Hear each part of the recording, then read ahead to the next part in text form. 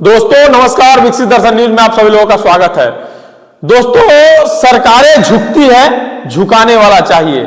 यह साबित किया है एक प्राइवेट कंपनी इंडिगो ने, जो इस देश के हवाई यात्रा में लगभग 65 से 70% की योगदान रखती है। यानी कि देश में वो 65 यात्री यानी 100 में से 65 यात्री जो हवाई यात्रा करते हैं वे इंडिगो फ्लाइट से करते हैं। और आपको बता दें कि ये इंडिगो फ्लाइट और ये कंपनी आज देश के बड़े बड़े तंत्रों को घुटने पर ला दी है। आपको बता दें कि सारे मंत्रालय जो है वे जवाब नहीं दे पा रहे हैं और देश के प्रधानमंत्री स्वयं जवाब नहीं दे पा रहे हैं और संभाल नहीं पा रहे हैं इतने बड़े त्रासदी को।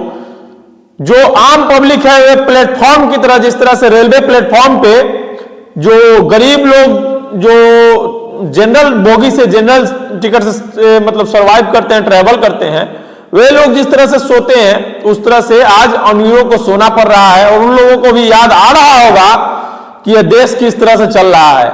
और इस देश को चलाने वाली जो प्राइवेट संस्थान है, जो प्राइवेट संस्था जिनको इस देश की जो सारी सरकारी तंत्र है जिसको प्राइवेट तंत्र में मतलब कन्वर्ट किया जा रहा है और उनको जो प्राइवेट कंपनी को दिया जा रहा है, तो आप लोग सोच लीजिए कि देश में किस तरह का हालात आने वाला है।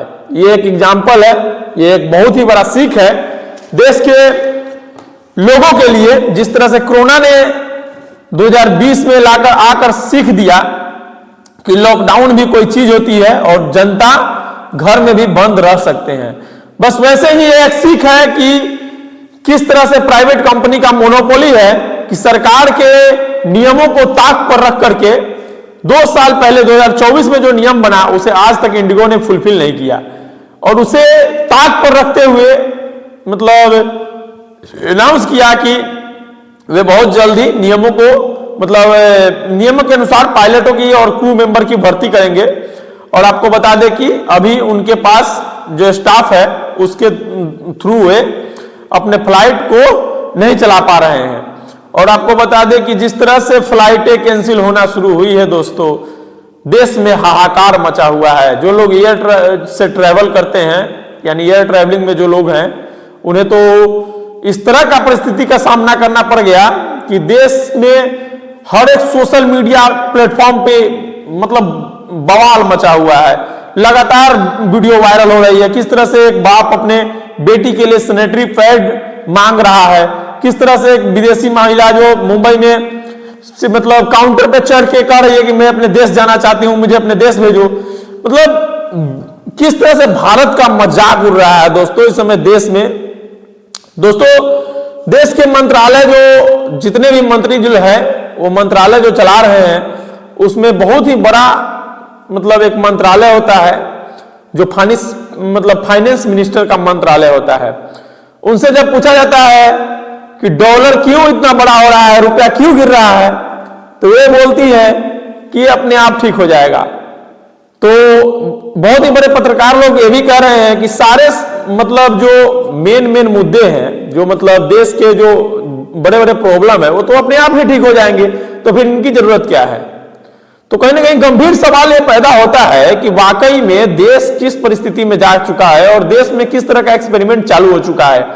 क्योंकि जनता को हर मुद्दे पर देखा जा रहा है, मापा जा रहा है कि जनता कैसे परेशान हो जाएगी और कितने परेशान होकर दब कर रह पाएगी, कितना। जैसे एक होता है ना, स्प्रिंग होता है, उसे दबाया जाता है कि कितने दबने के बाद ये कितना उछलेगा।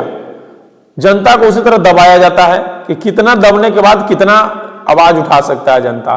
जिस तरह से रबर को होता है कि कितना लमरने के बाद टूट जाएगा या फिर कितने लमरने के बाद यह बर्दाश्त करेगा, उसी तरह जनता पर इस तरह का एक्सपेरिमेंट चल रहा है, लगातार देश में चल रहा है। कोई नई ये नहीं है कि जनता भले ना जाने मगर जनता तो है कि सब कुछ समझती है, और मीडिया भले ही ना बताए मगर जनता सब कुछ समझती है।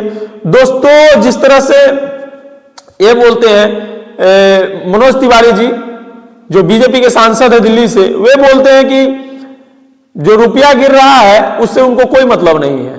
क्यों मतलब नहीं है? क्योंकि देश के जितने भी जो लोग हैं वे रुपये से खरीदारी करते हैं, डॉलर से खरीदारी नहीं करते हैं। मगर उनको कौन समझाए, इस अनपढ़ की भी सीमा होती है, एक अनपढ़ होने की भी सीमा होती है।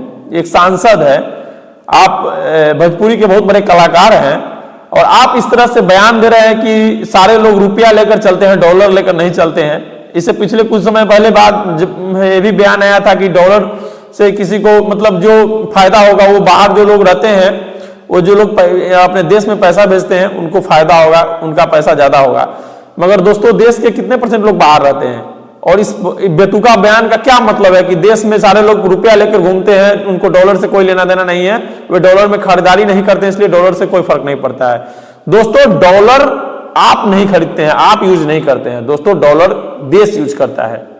डॉलर आपके कंट्री के सारे जो बड़े आयात करने वाले लोग होते हैं, जो बाहर से सामान अपने देश को मंगाते हैं, देश में लाते हैं, उन लोग डॉलर यूज करते हैं। क्योंकि दोस्तों दूसरे देश में डॉलर का ही मतलब महत्व है, रुपया का महत्व नहीं। रुपया वहां नहीं लेगा आपके किसी भी कंट्री में रुपया नहीं चलेगा, मगर डॉलर हर देश में चलता है।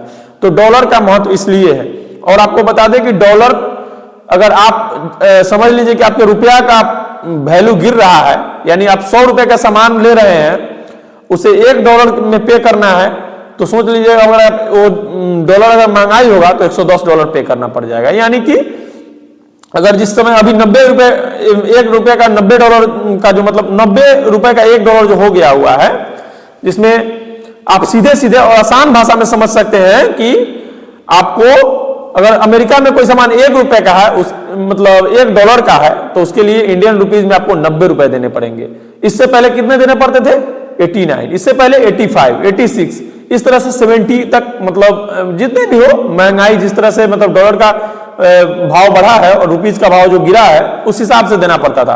तो आप समझ लीजिए कि अगर कोई अमेरिकन या फिर जो कोई चाइनीज सामान है, कोई जापानीज सामान है, जर्मनी का सामान है, वो आपको पहले अगर $1 में मिलता था, यानी कि $1 मतलब अगर 85 रुपीज में मिलता था, तो आपको अब 90 रुपीज में मिलेगा, यानी ₹5 महंगा मिलेगा। क्यों? क्योंकि डॉलर का भाव बढ़ गया है। तो सिंपल सी बात है। मगर दोस्तों आप तो डॉलर यूज नहीं करते हैं, तो कितना आसान है किसी को बेवकूफ बनाना कि अरे भाई आप डॉलर थोड़े यूज करते हैं, आप तो रुपीज यूज करते हैं, इससे थोड़े कुछ होगा, डॉलर बढ़े या घटे क्या फर्क पड़ता है देश पे? कुछ फर्क नहीं पड़ता है। मगर बहुत बड़ा फर्क पड़ता है, बहुत बड़ा। इससे महंगाई आएगी, इससे बहुत बड़ा त्रासदी आएगा देश में, देश के ऊपर जो बर्डन है वो और बढ़ेगा। तो इन सारे चीजों के लिए डॉलर बहुत महत्वपूर्ण है।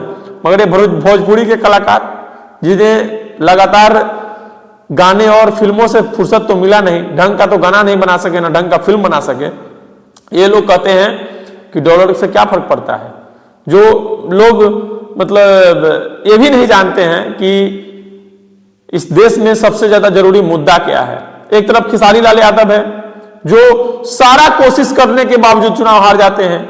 वे ये भी कहते हैं कि मैं 20 बीघा का जमीन का टुकड़ा अपना दान दे दूंगा, अपना घर तोड़वा दूंगा, आप एम्स बनाइए, आप IIT खोलिए, ITI खोलिए। मगर नहीं, इन लोगों को उनको बदनाम करने से फुर्सत नहीं है और उनको मतलब ये बताने से फुर्सत नहीं है कि वे राम को नहीं जानते हैं, वे राम के भक्त नहीं है, वे हिंदू नहीं है। निरहुआ तो यहां तक कहते हैं कि वे दुमुल्ला है। अरे भाई, चिरकुट जैसे आपका शकल है, आप पता नहीं भोजपुरी में कैसे स्टार बन गए, वो तो ऊपर वाला जाने, और भोजपुरी के वे लोग जाने जो उन्होंने आपको स्टार बना दिया। आप बीजेपी के सहारे सांसद बन जाते हैं।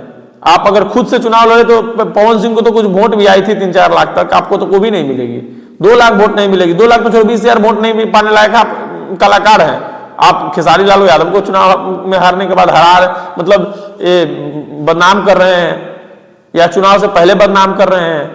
पता नहीं किस किस तरह का मुद्दा इस देश में है, समझ में नहीं आता है किस पे बोला जाए किस पे ना बोला जाए।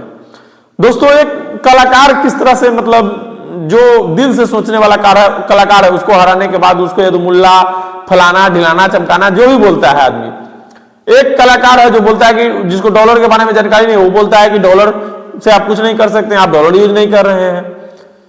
देश की जो सबसे बड़ी मंत्री है निर्मला सीतारमण जी, वो बोलती है कि डॉलर अपने आप, ये रुपया का सारा जो सिस्टम है वो ठीक हो जाएगा।